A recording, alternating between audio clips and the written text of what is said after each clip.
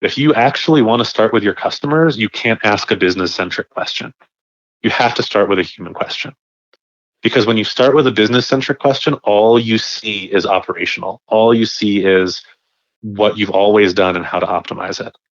That is Matt LeMay, the author of Product Management in Practice and his most recent book, Agile for Everybody, Creating Fast, Flexible, and Customer-First Organizations.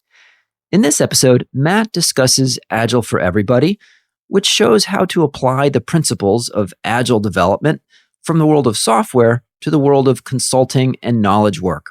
You can find out more about Matt on his personal website, mattlemay.com. Also, Matt is partners with Sonny Bates and Tricia Wang in a consulting firm that's called Sudden Compass. And you can find out more about their work, which we discuss on the show, at suddencompass.com. Sonny Bates, his partner, one of his partners, is one of the master connectors of the 21st century. And you can hear from Sonny on episode 64 of this show. I hope you'll consider signing up for the weekly Unleashed email. I'll send you the transcript of each episode, book recommendations, and consulting tips. To sign up, visit umbrex.com and click on the Unleashed tab. Hello, Matt. Welcome to the show. Thanks so much, Bill. Thanks for having me. All right, Matt. I want to start with a question that's going to reveal my deep ignorance to all my listeners. But nevertheless, it's been a question I've been wanting to ask, and you seem like a perfect person to answer it. Tell me, what exactly is a product manager? Okay, you're laughing at me. Right? That's fine. I don't mind. I'm not laughing at you because that's an ignorant question. I'm laughing at you because that's the question that product managers ask themselves all day, every day, but usually with more anxiety and occasional crying and screaming behind it. So product management is a really interesting role, in part because what it is supposed to be on paper and what it inevitably is in practice are two very different things.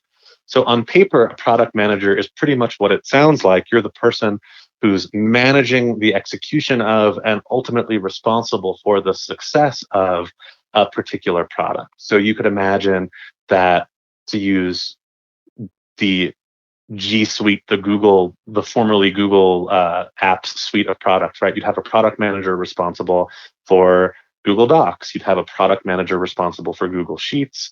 You'd have a product director or a group product manager in charge of the entire suite of apps. And each of those people would be doing things like managing the success metrics for the product, working with the development team to make sure that they're prioritizing the right work, facilitating or in some way taking responsibility for the product roadmap, things like that, which in the abstract feel like impactful, high status, high authority work. In practice, that's rarely the case. Product managers often have a lot of responsibility, but very little authority, which means that so much of the work they do isn't around taking ownership and control of things, but rather facilitating between people who might have different agendas, who might have different visions for success. In real world organizations, things are never so neat and so linear. So even something as simple as deciding what the success metrics are going to be for a product in a real world organization, that can mean resolving or at least moving forward amidst competing visions for what the overall goals of the business are. It means working with developers to help them prioritize both the work that they want to do and that is the most technically plausible and interesting, with the work that you believe is going to be most impactful for the business, which often means working to establish some kind of agreed upon rubric for what success for the business even looks like. It is really, really, really hard work, is the very short answer to that question. And when we say the word product manager, is it usually referring to kind of technology products? I mean, is there a product manager at like Procter & Gamble for the next diapers or something? Or is that term mostly referred to technology project, like you mentioned, sort of G Suite as the first thing that came to mind? Yeah, it's funny you mentioned that, because a lot of people trace the history of the product manager role back to Procter & Gamble and to people who, in the obviously outdated parlance of the time, were referred to as the brand man, who was the person who understood who kind of kept track of all the P&L for the product and all the different moving parts, and was kind of responsible for managing each of those moving pieces and keeping things coordinated. So the person who would work with the designer working on the box design and would work with the chemists who were formulating the product, the person who was ultimately where the proverbial buck stops for the success or failure of that product, and doing whatever needs to happen in order for that product to succeed. The role of product manager has been largely kind of revitalized or repopularized through the lens of technology. But I think the kind of core challenges for a product manager in terms of managing and directing specialized work towards an agreed upon and well understood set of goals that meet the needs of some kind of end customer are consistent across technology products, where the specialized people you're working with are designers and developers, or consumer products where the specialized people you're working with are chemists and patent lawyers. Okay, fantastic. So my next ignorant question of the day is Agile. So Yes. So I hear this term a lot, but Yes. I'm not a product manager, as you can tell, and I haven't designed products. And frankly, I can look up the definition of Agile, but you've actually written a book, Agile for Everybody, creating fast, Yes, I flexible, and customer-first organizations. So I want to get into the book and about your consulting, but first, just help me understand, like, what is Agile? Give me a little history. What's that term mean in practice? Sure. So your uncertainty about the term Agile is again not something I would characterize as a sign of ignorance so much as a sign of the ambiguity out there around that term and what it means. The first time I was told about Agile was when I was working as a product manager, and a leader at my company said, "We're going to start using Agile, which means that we'll get twice the work done in half the time." I remember thinking, wow, that's awesome. I'd love to get twice the work done in half the time. Who wouldn't want that? This Agile thing must be really great. And, I looked it up on Wikipedia, as you do when some new concept that is critical to your success at work is introduced. And there were all these ideas of just like self-organizing teams, iterative development. And I was like, all right, those all sound like they're good things, but I also don't know what those things mean. It's a very kind of classic circular Wikipedia definition problem where one term is that you don't understand is defined by lots of other terms that you don't understand. Right. And then when you look up, all right, what is iterative development? It says iterative development is how agile teams work. I'm like, all right, but I just was looking up agile teams. What do I do? This is a bit of an aside, but I've been trying to, one of the informal success metrics I use for my own writing is Wikipedia's to understanding, which is how many terms you have to look up on Wikipedia before you understand the article. I try to get that down to 0 whenever I can. That anyhow, reminds me a little bit, complete useless aside, but I just read this morning that if ants somehow manage to get walking in a circle, so they're following their own scent, they can get into an ant death spiral and they'll just stay on circle forever. That may be urban myth, but I would be interested to watch that happen. I would, of course, try to divert them from the circle and save them from that death spiral. That's an excellent metaphor for the Wikipedia death spiral definition. And for an alarmingly large number of business issues in general. Speaking of which, so I was introduced to this idea of Agile as this sort of magical way to get a ton more work done in a ton less time. I looked it up, didn't really understand it. Some of the developers I worked with at this company were both skeptical and helpful because they had heard this before and had less than ideal experiences with it. But in the interest of helping me understand those less than ideal experiences, they walked me through what Agile represented on a number of different dimensions. So I'll kind of break this down in terms of how Agile is used colloquially versus what Agile means historically. So colloquially, Agile generally refers to a way of working in which you're completing work in smaller, complete cycles, as opposed to in multiple, highly planned handoffs. So you could imagine Agile if you're building a website for your customers, if you're a small business building a website. In a traditional or waterfall approach, you would plan out the entire website. Then you take that plan and that would be handed off to a design team who would make a design. They would take that design and hand it off to developers who would build the thing. And then they would hand that back to the people who initially planned it. They would look at it, see whether it meets their needs. and then they would put it out there in the world. And that could take anywhere from 3 to 6 months, let's say. In an agile environment, what you do is you'd say, all right, we're going to work in a fixed cadence of small chunks of time. So we're going to work in 2-week cycles that are often called sprints or iterations. And we're going to say, what can we do in each of these sprints or iterations that will deliver some value to our customers? So you might say, for example, all right, what are our business needs? What are our customer needs? The first thing we need to do is make sure that people know that we exist and how to get in touch with us. So in our first 2 weeks, we're just going to put up a splash page which says we exist. Email us here. Here's our phone number, right? So in 2 weeks, you've done something. You've released and launched something, which is doing something in the real world to solve your business problems and meet your customer needs. Now, you might put that out there and say, all right, well, everyone's emailing us and nobody's calling us. So for our next 2-week sprint, we're going to do an email list so that we can start collecting emails and reaching out to potential customers through that. So the upsides of this approach are pretty straightforward in that you are doing something, putting something out there into the market that's generating value right away. Where people get tripped up is that you don't have that comfort and safety of having a long-term plan and then executing against that plan. One of the first things that I think when somebody describes that to me is like, well, but you're doing all this work that gets thrown away, right? You do that splash page. And then when you build a bigger website, you're getting rid of the splash page. You're doing work that then has to be undone in order for you to move forward. And that's understandably stressful for people.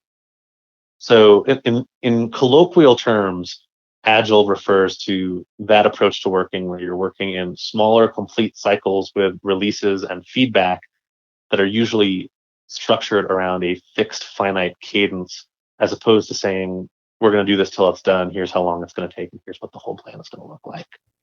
So Okay. that's one sense of Agile.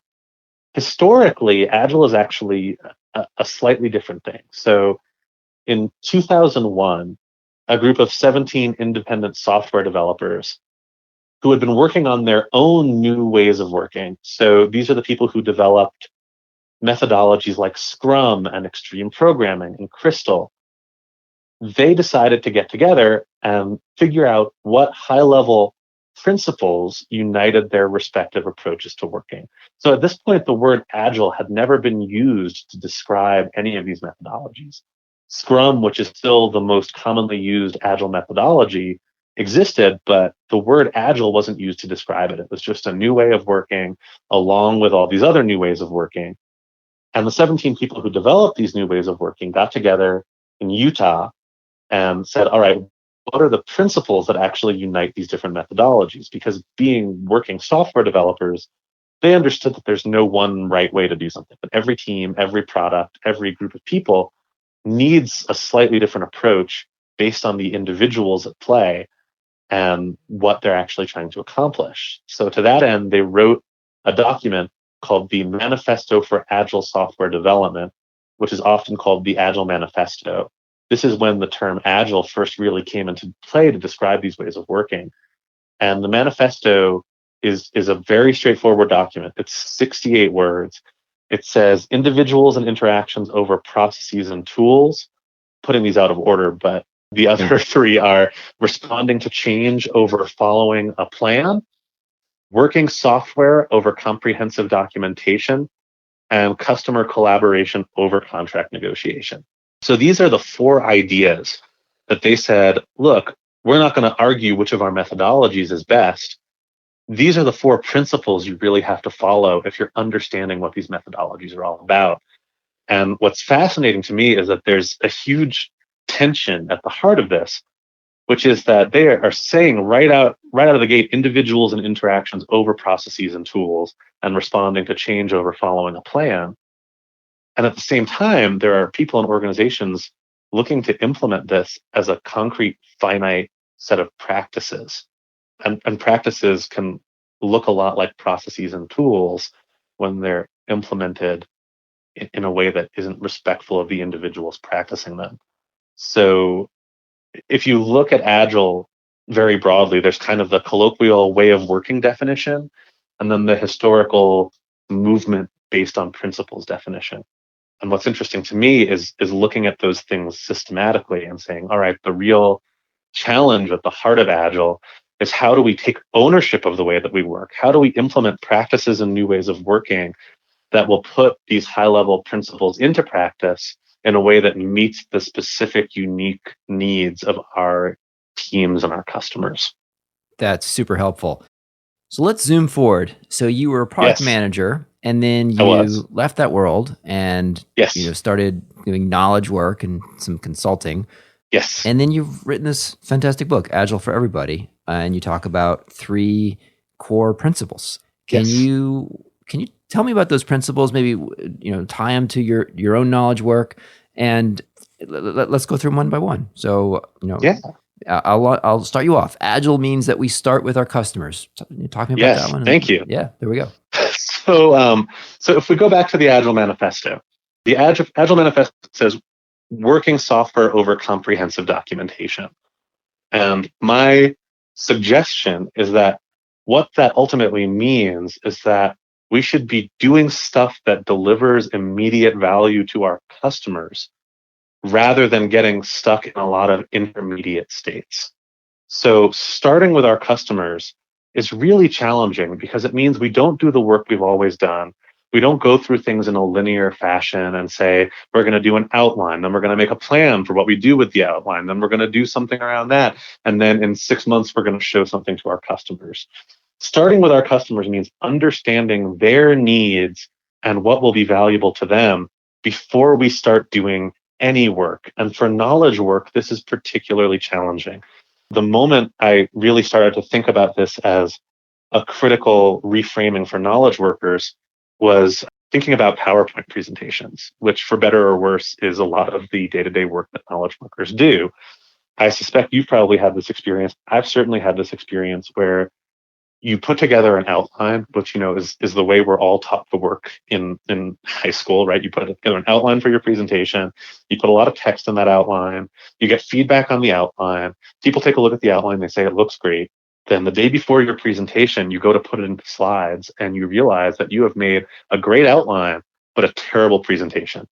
You wind up with huge blocks of text on the screen, and you're like, "Oh, this is really not going to do well. People aren't going to like this." And I think the challenge of Agile is, again, to work backwards from the experience we're creating for our customers rather than working forwards in a way that we think will give us the most control and certainty. So, what my business partners and I do now is when we have a presentation to do, we will give ourselves an hour, prototype presentation, and actually deliver the presentation to each other in the room or over video chat before we put together an outline, before we put together a higher level plan, because those higher level plans are not actually the experience we're delivering. They're not what the customer sees. They're not what creates value for the customer in the moment. So one of these first and most important ideas behind Agile is, again, we want to start with the experience we're creating for our customers and get as close to that experience, as close to understanding the value that experience creates as quickly as we can. And that's a big shift for knowledge work. One of my favorite interviews I did for the book was with somebody who works with nonprofits. And she said, the problem with a lot of nonprofits is they do direct mail. And they're really good at optimizing direct mail, but they haven't opened up a space to find out if that's even what their customers want. I've never met anybody who enjoys receiving direct mail from nonprofits, especially when that direct mail looks like it was very expensive to print and leaves you wondering what this nonprofit's even spending its money on. So, Yeah, part of the challenge. only if they Yeah, have go those ahead. little like return address labels that are sort of useful that have your name on it. Yes. Those are helpful. So that would be a great example of starting with your customers, right? Like that's something that actually you could argue adds value for your customers. That's something they want. You're solving a problem for them. That's a great example. One charity recently sent me a letter with, I think, a nickel attached to it. And I was like, why would you do this? How expensive must it be to mail a nickel to somebody? Like, take that nickel and give it to the people who you're asking me for money. There's all kinds of issues that happen when we become too enamored with our own ideas. I mean, I've seen this so much in marketing organizations who should be representing the voice of the customer and should be very close to their customers and often are not. They're much more enamored with their own ability to come up with interesting ideas than they are to openly and curiously learn about customer needs. So the first and most important part of any agile approach is, again, we start with our customers, we understand what their needs are, we understand what's going to deliver value to them, and then we try to spend as little time as possible in intermediate states that might help us feel like we're doing things the right way or having a good time or doing something interesting and creating a sense of certainty, and get right to that customer value as quickly as we can. All right, so let me test that and see if I'm understanding how you apply that to knowledge work. So Yes. the way I was trained, for doing a presentation, and what I typically do is, we'll ghost out the document, right? So that means Mm-hmm. not just an outline, but often, sort of sketching out the pages. And if we don't, we don't have the data obviously yet because it's the beginning of the project, but sort of sketching out what the chart would look like, right? So, hey, this is going to be a bar chart, and imagine that it's going to be going up and down, whatever. And then having kind of the titles of the pages with sort of a rough, typically maybe not even text heavy, but more sort of just sketching out almost by hand what the pages are going to look like. And then showing that to the client like day one, saying, here is sort of what we're targeting for the final presentation. Is this, the insights that you're going to want, right? If we had all this data today, would that would that address what you're looking for?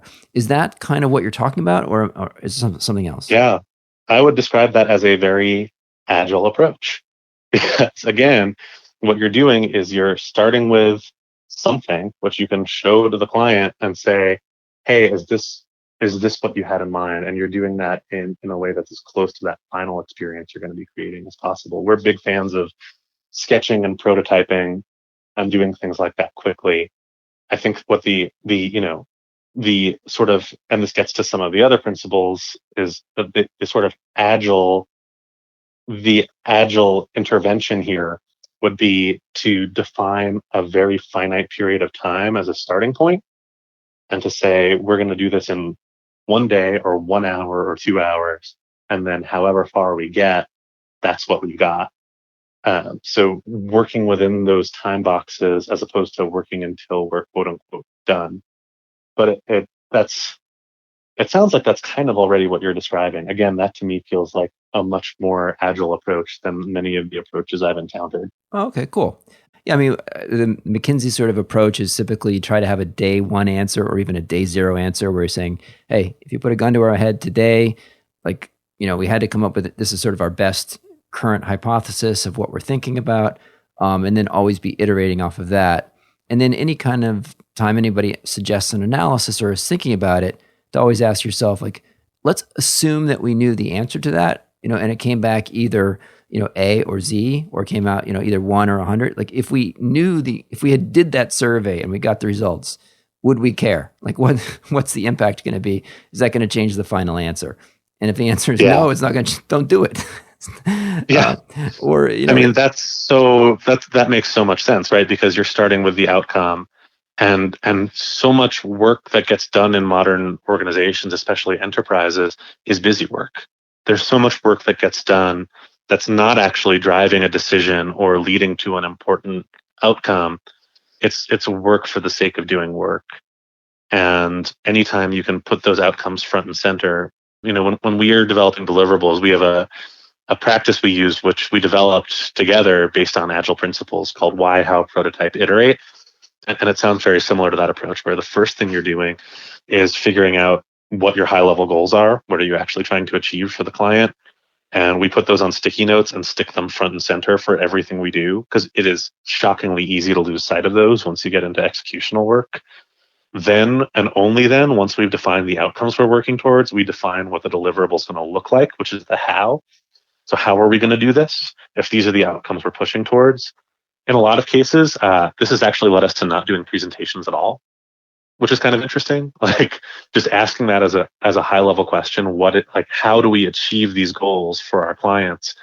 In a lot of cases, we've proposed things like hour-long working sessions instead of presentations, or sending an email to them rather than doing a whole slide by slide presentation. Because when you're laser focused on the outcomes you're trying to drive, and you're letting the execution be an open question, in a lot of cases, you realize you actually have a lot less work to do than you thought you did. So number 2 of you is Agile means that we collaborate early and often. Tell me about that. Yes. So early is really the key word here, because one thing that we found, especially in a lot of the enterprises we've worked with, is that collaboration only happens very downstream. So folks come up with a strategic plan, they know what they think they want, and then they go to somebody and say, we've made this whole thing. What do you think of it? And that creates what I refer to as a report and critique culture, which is a culture where people report out on work that's already been done and ask for feedback and critique on it, which is really not helpful. And which I think is part of the reason that so many organizations have trouble seeing the value in collaboration. Because when you're only sharing stuff when it's pretty much finished, there's not actually a lot of opportunity to get value out of collaboration. You're just showing something to somebody and really looking for a rubber stamp or looking for some kind of validation. And there are a number of reasons organizationally why I think this happens. One of them is that teams don't always have aligned goals, right? One team might be working towards something, another team might be working towards something else. And there's legitimate risk involved in trying to involve another team so early that they might redirect your project strategically. In other cases, I think it's just human nature. Like, it's really hard to show something to somebody when you know it's unfinished and it kind of looks like garbage, and to say, like, yeah, I know this kind of looks like garbage, but are the ideas there? Is this getting us to the experience and the outcomes that we want? So the idea of collaborating early and often is that you're not just finishing work in your own team or silo and then handing it off to somebody else, but you're actually involving people openly and strategically when there's still opportunity to adjust course. So going back to our kind of why, how, prototype, iterate approach, you'd involve people when you're defining your why. You'd involve people when you're figuring out what your goals are, rather than once you've actually executed something and you're trying to get their transactional feedback. And this one, again, I think a lot of organizations that I've worked with and that we've worked with, when we work with them on kind of workshopping these principles, this is the one that people always get a little nervous about. One thing I hear a lot is like, yeah, collaboration's fine so long as we're actually getting work done, which to me begs the question, well, then how are you spending your time collaborating if it's not getting work done? That's a real problem, right? If the time you spend together is time just reporting out and giving feedback on things that have already been done, of course you're not getting value out of it. So changing that culture is really critical and really difficult. Can you give me an example, kind of maybe a sanitized example from your client work of a case where maybe a team did not collaborate early and then they found out, 3 months later, we already did this, or we already disproved this thing, or maybe an example of alternatively of where different functional groups are collaborating and how they do that. Maybe give one example of each. Sure. So I'll give you an example from my own work when I was a product manager, because this was a lesson I learned the very hard way. So when I was working at Bitly, the analytics and link shortening company, I was responsible for being the product manager on a redesign of our link statistics experience, right? So I had a team I was working with, developers, designers, and we were going to redesign this experience. And I said, all right, let's go, let's do this. Let's have something really polished and finished that we can show to our data science team and to our sales team, because, I'm kind of caught in the middle. I want to build credibility. I want my team to look good, right? I don't want to go showing something that doesn't look good, that doesn't reflect the best capabilities of my design and development team. So we built this prototype and I showed it to our data science team, like, voila, look at this awesome thing we did. And one of the data scientists said, oh, like, it really bothers me that you're showing bucketed data with a continuous line. And I kind of blinked a lot, which I often do when people who are very smart talk about things that are even remotely mathematical. And I was like, well, what do you mean? And she said, yeah, what you're showing is bucketed data, is clicks per day, but you're showing it as a continuous line, which makes it look like it's not bucketed data, that it's continuous data, which is a different thing. And I was looking at it and I was kind of like, oh yeah, that's a valid concern. And I had that feeling in the pit of my stomach, which I think almost everybody has had, that like, if I had taken care of this 2 weeks earlier, if I had just shared with somebody, like if we had sketched this up just on a piece of paper in 10 minutes, showed it to someone on the data science team before we started doing the executional work, we would have gotten out ahead of this. We wouldn't have wasted 2 weeks of my team's time. We wouldn't have driven a wedge between these different groups. We could have actually done something that not only was better to meet user needs, but better to meet the needs of our team, which brings me to the other big part of this story that's missing, which is that I designed and developed this without ever talking to our sales team, which in retrospect was insane. Like, this is one of the things that we're selling out there on the enterprise side. And just because of the way the organization was set up, I didn't involve those people early enough on to even know if this was worth doing, right? This was something that came down as like, oh, we should redesign this. Great, let's go do this.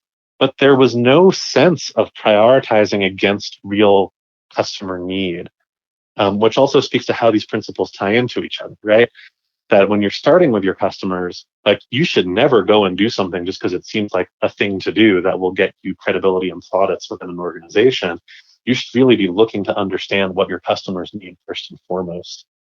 One of my favorite positive stories about collaborating early and often, which is in the book, from Jody Leo, who's an incredible user experience designer, is about working at a financial services company. And I've worked with a lot of financial services companies, a lot of pharma companies, and they always say the same thing, which is like, we're regulated, we have all these constraints, all our lawyers say no to everything. You could never understand the pain we go through, how hard it is to try to get anything done. This financial services company had to basically create the first financial services app for the Apple Watch when they didn't even have an iPhone app yet. So they were working to create for a new platform that had no documentation with a team that basically had like no experience working in this entire universe technically. And what they wound up doing was they invited the lawyers to sit with them. They were like, there's no way we can possibly get this done if we finish something, ask a lawyer for feedback, and then have to go back and redo it. So they actually had the lawyers come down for a couple of weeks and sit on the product teams. And what they realized was that these lawyers who they had thought of as the people who just say no to everything, like, they actually had pretty good solutions to these things. If you involve people earlier on, the lawyers, for example, could say, oh yeah, you can't do this for these reasons, but you can do this. And if you're engaging those people early enough to actually adjust course, then what would be that kind of, oh no, feedback where you realize that X amount of time has been wasted actually becomes really helpful feedback, because there's still an opportunity to fundamentally readjust your plan. Let's talk about number 3. Yes. Plan for uncertainty, which is almost a cone, right? It's like, that was not quite. It's not one hand clapping, but plan for uncertainty. So talk a little bit about what that means. Sure. So planning for uncertainty, this is an interesting one, and this is actually the one that I think is probably the most tactically instructive. So I talked a little bit about having a regular cadence, right? That one of the things that's pretty consistent across Agile practices is that rather than saying, well, work on this till it's done, you say, we'll work on this for 2 weeks or 1 week or 3 weeks, and then we'll kind of take stock of where we are and what we should do next.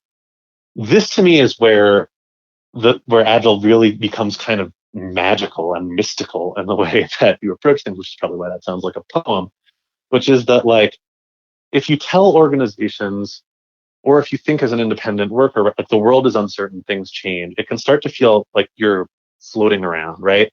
I mean, everybody's out there talking about, like, the world is changing faster than ever before, blah, blah, blah, digital, which is true. Like, that's absolutely true. But the beautiful paradox at the heart of Agile is that structure actually gives you flexibility. This is a principle that I have applied to my work life too, to just the way I structure my days. Like, I have a checklist at my desk of what I do every morning, when I do it, what I do every afternoon. And the beauty of this approach of having structure is that it gives you guardrails. It gives you a sense that any investment you make in time and energy and experimentation has a limit to the amount of cost associated with it. So one thing I found taking an Agile approach is that if you know you're only going to spend 2 hours working on something, you can work on something a lot weirder. You can get pretty far out there. You can try something without it needing to work in order to justify the time commitment. So, when you're dealing with, for example, like coming up with workshop ideas, there have been times with my business partners and I where, we're preparing a presentation. We're like, well, what if we did this with no slides? What if we just did this all through talking and facilitation and keeping people's energy in the room? With an agile approach, you can say, all right, let's spend 1 hour just trying that and seeing what would happen. Let's prototype this for 1 hour. And worst to worst, we've lost an hour, which actually isn't that bad. I mean, you can lose an hour pretty easily. I lose hours looking at like cat and bird videos on Instagram every day. Like if you lose an hour trying an approach, which you learn something from, it's not really a lost hour at all. So at the heart of Agile in practice is learning to trust and believe, and this also takes practice and takes time, that if your goal is to be more flexible, more adaptable, which is, it's called Agile for a reason, then the way to achieve that practically is often by implementing more structure, not less structure. Okay, so translate that for me a little bit. So give me an example in the sort of knowledge work space, not in product management. How would you Sure. translate that kind of more structure yields more flexibility? So when we're working on big projects for clients and big deliverables, what we will always do, even when we're just working independently on like business development meetings and stuff, we will always have a fixed cadence that we are entirely beholden to. One very specific tactical manifestation of that in knowledge work is running what's called a time box meeting, which is where you say very specifically that a meeting will end when it is scheduled to end, even if it does not achieve its intended outcomes, which sounds insanely counterproductive at first. But in practice, what it's done for us as a small team is change the way we approach our time.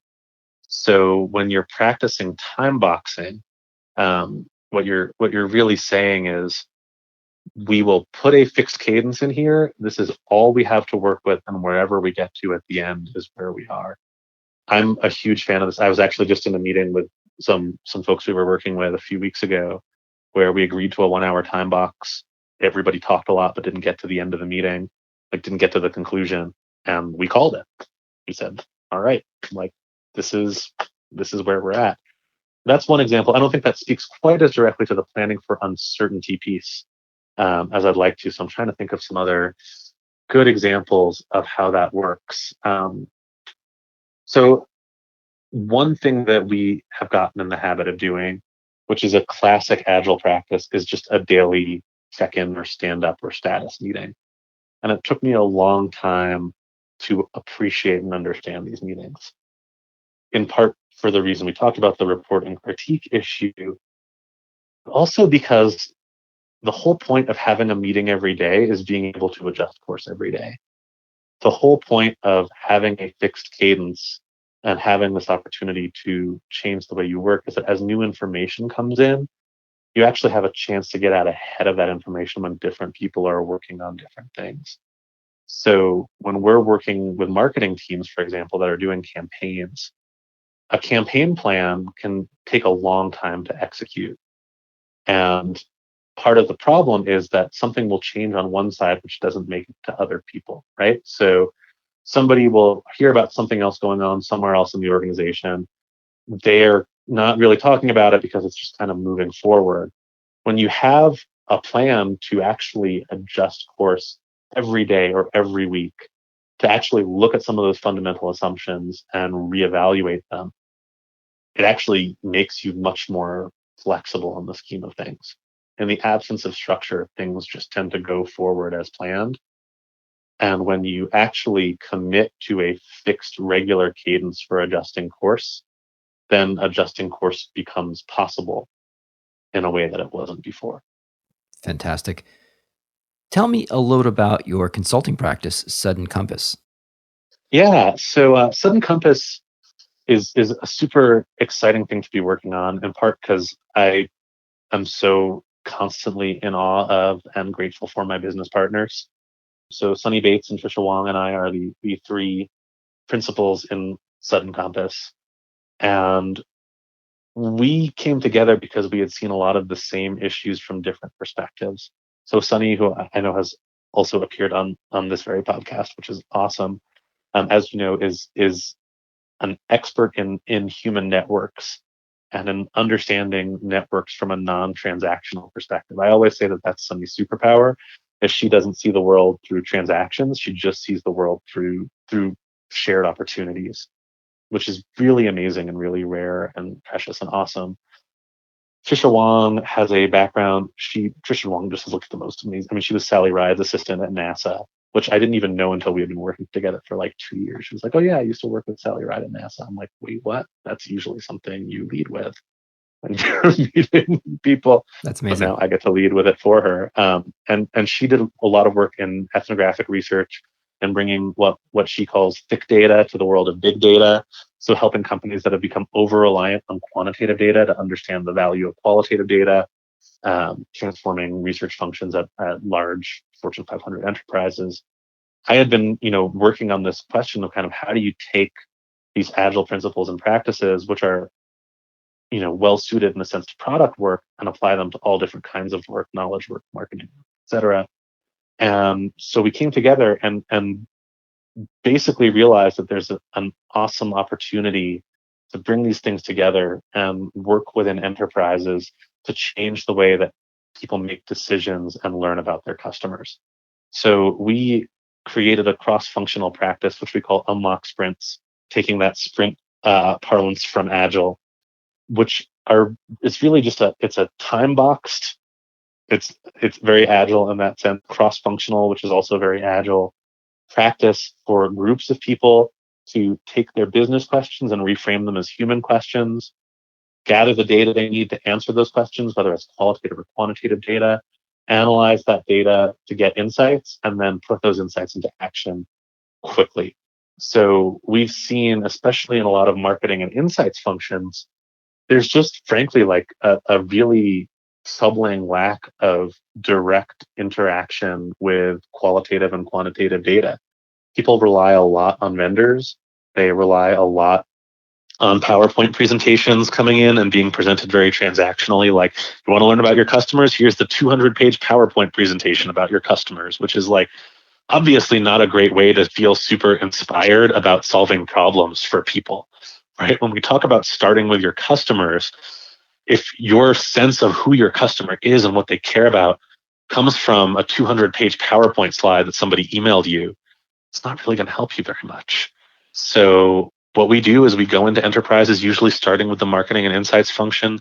We bring together a cross-functional group and we lead them through these unlock sprints to rapidly generate and activate insights. And it's so rewarding and so cool to see what happens when people who've been at their desk all day, so worried about what their boss told them they should do and when this presentation is going to happen and all these very company-centric things, actually start interacting directly with customers and with customer data.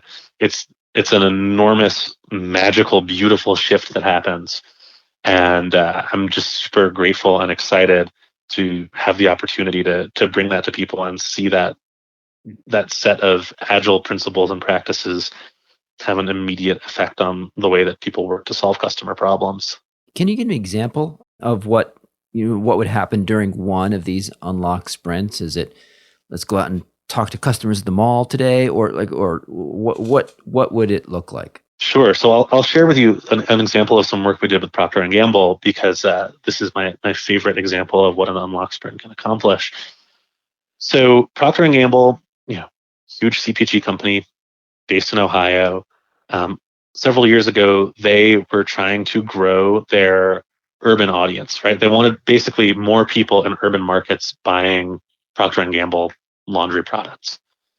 And they were struggling with this in part because doing laundry in Cincinnati in a suburban home is very different from doing laundry in a big city. I'll say. Yeah, right? I mean, it's an entirely categorically different experience. I used to live in Brooklyn, and the laundromats in Brooklyn, like people would get dressed up to go to the laundromat on Metropolitan Avenue in Williamsburg. It was like a pretty happening place. So, they came to us with this business question, which is how do we grow our market share in urban markets? And the first thing we did was we said, all right, if you actually want to start with your customers, you can't ask a business centric question. You have to start with a human question. Because when you start with a business centric question, all you see is operational. All you see is what you've always done and how to optimize it.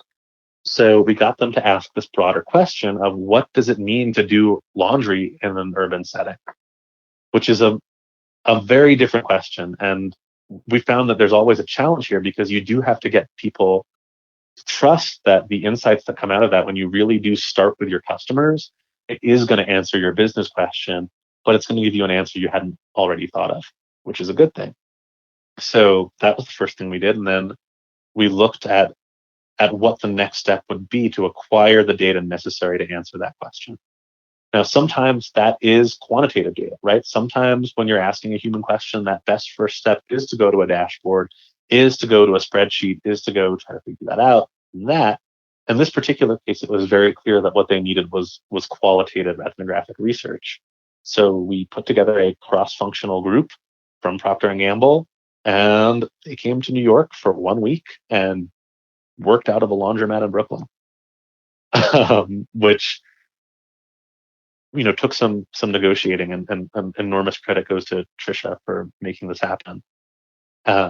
So in this particular case, to answer their human question, we acquired qualitative data, and then we worked with them to analyze that data and develop some insights. And what they found right out of the gate was that doing your own laundry in a city is a point of pride.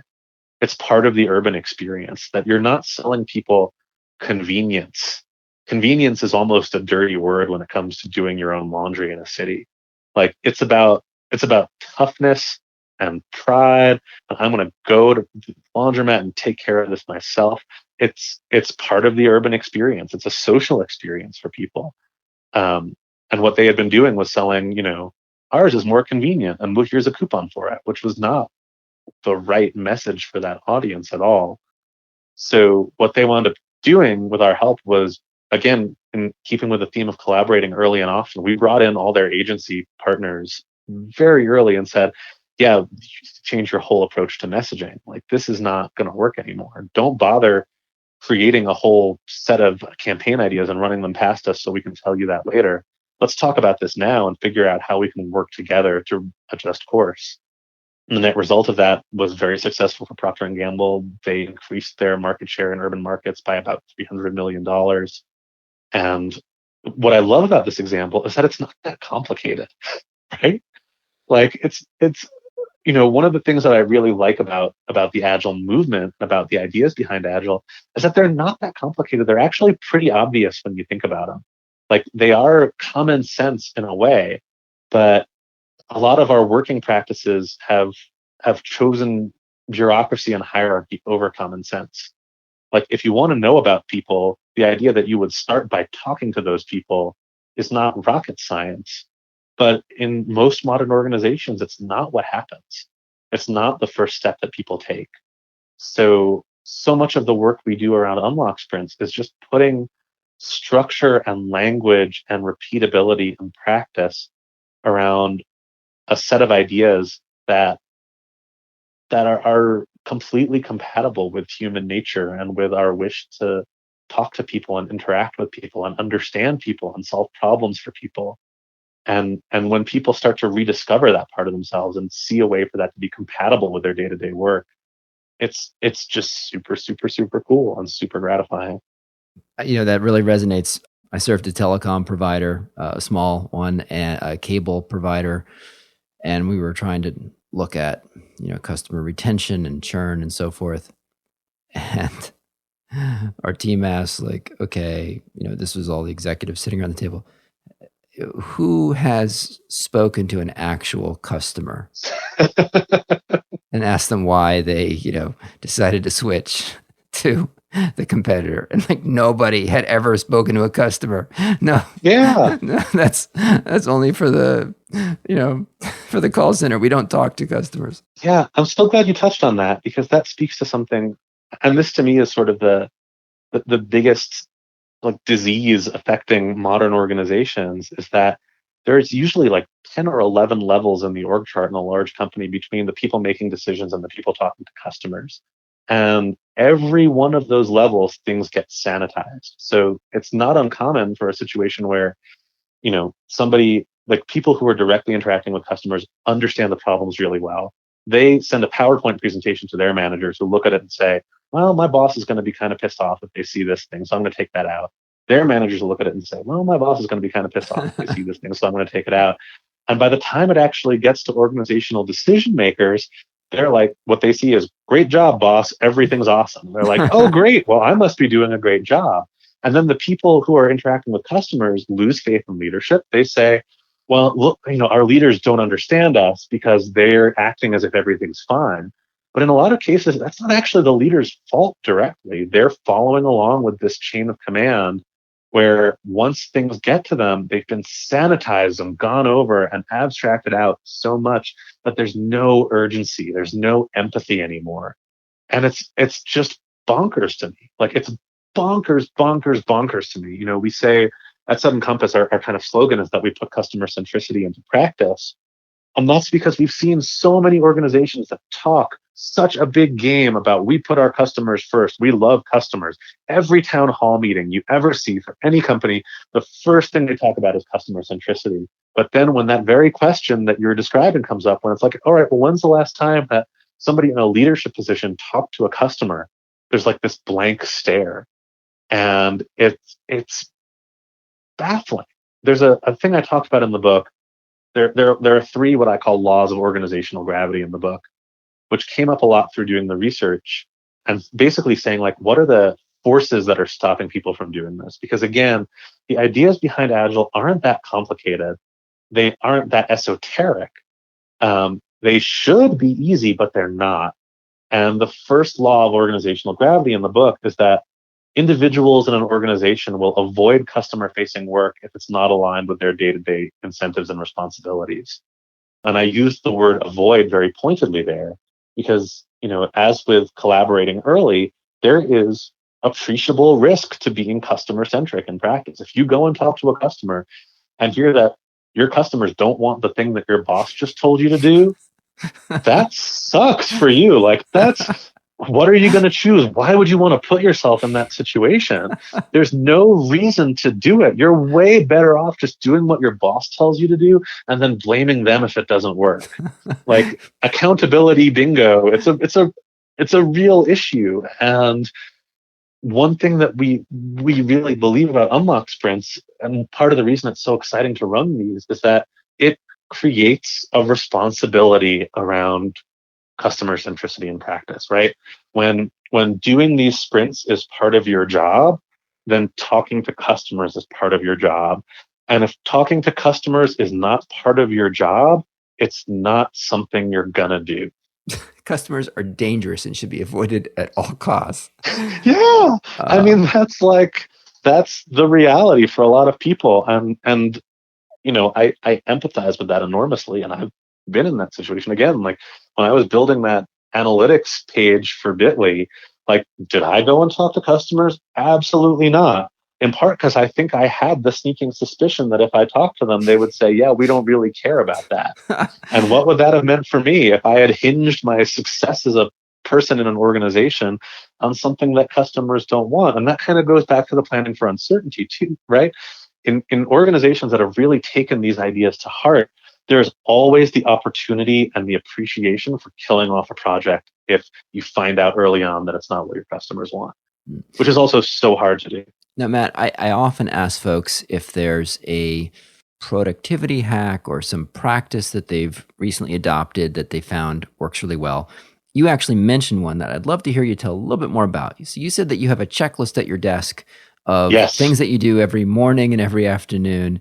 Could you tell us a little bit more about that? I'm curious to hear what is on your checklist. Oh, I would love to. This has been like such a game changer for me. So have you read the Checklist Manifesto? I love it. It's one of my favorites at Tool Gawande. Yep. So we are on the same page about this. And the thing that I loved about the Checklist Manifesto was I was always one of those people who was like, I'm too smart to write things down, which is a terrible habit.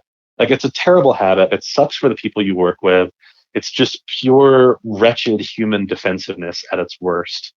And, you know, I for a long time I was like, oh, I just know how to do this. But what I didn't realize and what that book helped me understand was that I was kind of making myself crazy by doing that. Like I was costing myself so much cognitive overhead in order to keep all that stuff going. And then I would drop the ball on stuff sometimes. So I made a checklist that says Matt Daily Work Checklist. All right, awesome. And What's on it? I'll tell you what's on it. Beginning of workday, parentheses, 8:30 a.m. Update QuickBooks. So as somebody who manages the finances for our business, I actually like to look at QuickBooks first thing every day to know where we're at Okay. and to get that taken care of, because then when tax season comes, I don't have to think about it. Nice. I have check email and either respond or make to-dos for outstanding items. So this is my kind of inbox zero approach, is first thing in the morning. If it's something if it's something I can respond to quickly, I respond to it. If it's something that needs to be turned into a to-do, what I usually do is make a to-do and then still respond and say, thank you so much, I'll get back to you by this date. So that I'm keeping everything moving. I think as independent workers in particular, responding quickly to email, even if you respond quickly just to say, I will respond later, it is so important. Like I think, yeah, I should probably do more of that. That's a nice trick to just say, hey, I got it. I will respond. I like that. I honestly feel like maybe 30 to 40% of the repeat business we've gotten is just because of that practice. Wow. Just because people know that when they email us, they'll get a response. Okay. That's a gimme. Like, and that's one of those things where, like, if you can just make yourself do it every day, then you stop overthinking it over time. And then I have review the previous day's Sudden Contest daily updates on Slack and respond to any action items. So one of the things that my business partners and I did is we created a comms guide for each other, which I also strongly recommend that any teams do, especially remote teams. So we capped it to one sheet. We used our whole why, how, prototype, iterate practice to do this. Like, why do we have a comms guide in the first place? And the answer that we kept coming back to was to create expectations so we can better manage our own time. Because it was unclear when an email came in, is it urgent? When a Slack message came in, when do you want a response by? So we wrote out basically like, email internally to the team will be responded to within 24 to 48 hours. Slack messages will be responded to within 24 hours. If anything requires more than 24 hours, or rather fewer than 24 hours to respond, send it over WhatsApp. So I printed that out and have that over my desk also. And so one of the things I do every morning is I check Slack and see if anything came up that needs my attention. And because we all understand that Slack is on a 24-hour cadence, which again feels very agile, then we can just manage that in the morning and not have to keep our eyes on another quasi-synchronous communication platform that sucks untold time out of people's lives. Check today's calendar for any potential conflicts or changes. This is another huge pet peeve of mine. And I'm sure a lot of other independent workers in particular struggle with this. Like, clients move things around on my calendar without telling me they did it. And they're my clients. I love all my clients, but when I check my calendar and a meeting that I thought was going to be at 4 p.m. is suddenly at 10 a.m, and they're like, why weren't you at the meeting? We changed it on the calendar. Didn't you get the calendar notification? Because sometimes you don't get the calendar notification. So after that, I check today's calendar for any potential changes or conflicts. Then I check Todoist and plan out the day's activities. So what I do is at the end of the morning, I basically take a look. I've created the to-dos when I was going through my email. And I look at that and I'm like, all right, what are my to-dos for today? What's my calendar for today? How am I going to structure my work? Then at the end of the day, end of workday, parentheses 5 p.m., respond to all outstanding emails or boomerang if more time is needed. So again, it's that same thing where I'm checking emails at the beginning of the day and at the end of the day, because I know that anything coming in from my business partners, if it's actually urgent, is going to come in through WhatsApp. And if it's quasi-urgent, is going to come in through Slack, I'll check email periodically throughout the day, but I've found that generally speaking, so long as people are getting a response from you by the end of the day, that is a great track record when it comes to email. You don't need to respond in 10 minutes. And sometimes it's counterproductive to respond in 10 minutes. So I go to sleep at inbox zero every night, which is hugely freeing. You must And rest then, easy. That's yes. And then I check tomorrow's calendar for any potential conflict changes. So same thing, check for the next day just to see if there's anything that's changed. Check to-do list, check off completed activities, reassign dates as needed. Sometimes you got to push stuff. Post Sudden Compass daily update, explicitly flagging any action items, including requests for additional meeting time, and then set an alarm for the following morning based on calendar and other stuff. I put that on as well, just because my schedule is variable. But every morning I start with my checklist. Every day I end with my checklist.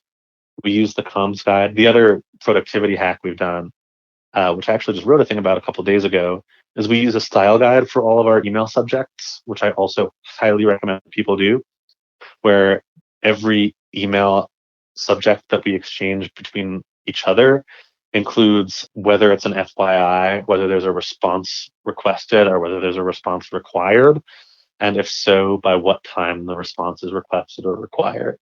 So, if something comes in from a client that I'm not sure that Tricia or Sunny needs to know about, but I'm like, oh, it probably couldn't hurt, I put in brackets at the beginning of the subject, FYI, and I forward it. If it's something where I could kind of use some input before I send something off, but I'm in no rush, I will say feedback requested by Wednesday, 9 a.m. I'll be very structured and very, very, very direct about what kind of feedback I want and why I want it. And if there's something where I need feedback, what I'll usually do is send an email that says feedback requested by this date. And then if it's super urgent, also send a WhatsApp message to get everyone's attention. And if it's medium term urgent, I'll ping people on Slack as well, which they know they don't need to respond to until 24 hours from then. So a lot of what we've done to stay productive as a distributed team is really just about using every instrument of communication purposefully and never assuming that people know what to expect from those instruments of communication, but just putting it super, super, super plainly and clearly in writing. Here's what an email means. Here's what a Slack message means. Here is what a WhatsApp message means. I love the style guide idea. That's great. Just being crystal clear about, if it's a response required, or instead of just getting this big massive emails that are undifferentiated. Yeah. Matt, it's been fantastic speaking with you. I've learned a ton. I now at least have some sense of what Agile means, what a product manager does, and I really enjoyed your book. Thanks so much, Will. What is the best place for people to come and find you if they want to learn more about your work and about your firm's work? Sure. So mattlemay.com if they want to learn more about kind of my point of view on product management and Agile. SuddenCompass.com if they want to learn more about the work that we do as a team at Sudden Compass. And I'd say check out the book. Check out Agile for Everybody. It's intended to be as fun and easy a read as a book about new working methodologies can be. And the part of the book that I'm proudest of is just the stories I was able to share from people. I find it really comforting and really valuable to read stories from people who've also found their way through uncertainty. The stories in the book are not like by the numbers case studies, do this and do this and do this, and then you'll have success, but rather people who've taken these ideas and tried stuff out and seen what works and seen what doesn't work, who are able to share really candidly and openly what those experiences have been like.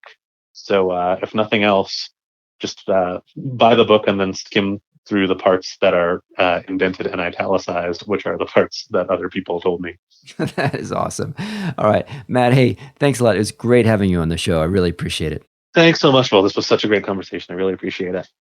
Thanks for listening to this episode of Unleashed, the show that explores how to thrive as an independent professional.